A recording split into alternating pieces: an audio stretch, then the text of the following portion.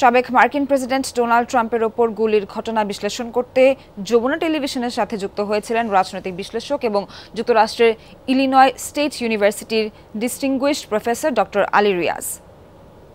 সামনে নির্বাচনী প্রক্রিয়া অন্যদিকে যাবে এবং এই বিষয়টি এটা কোনো রাজনৈতিক বিষয় নয়, এই অর্থে যে দলীয় বিষয় নয়, দলীয় বিবেচনার বিষয় নয়। এগুলো অতীতে যখন ঘটেছে, রাজনৈতিক হত্যাকাণ্ড, প্রেসিডেন্টের হত্যাকাণ্ড কিংবা প্রার্থীদের উপর হামলা, সে সমস্ত ক্ষেত্রে এগুলো এফবিআই তদন্ত করেছে এবং এক্ষেত্রে এফবিআই তদন্ত করবে। এগুলির দলীয়করণের সম্ভাবনা অত্যন্ত ক্ষীণ।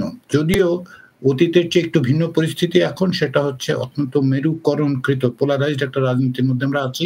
তো এগুলোর আসলে রাজনৈতিক এই অর্থে যে যারা এগুলো করেন তারা রাজনৈতিক কারণেই করেন, কিন্তু এটা রাজনীতি বললে যেভাবে দলীয়ভাবে বিবেচনা করার প্রবণতা বাংলাদেশে বা দক্ষিণ এশিয়ায় আছে তা নয়।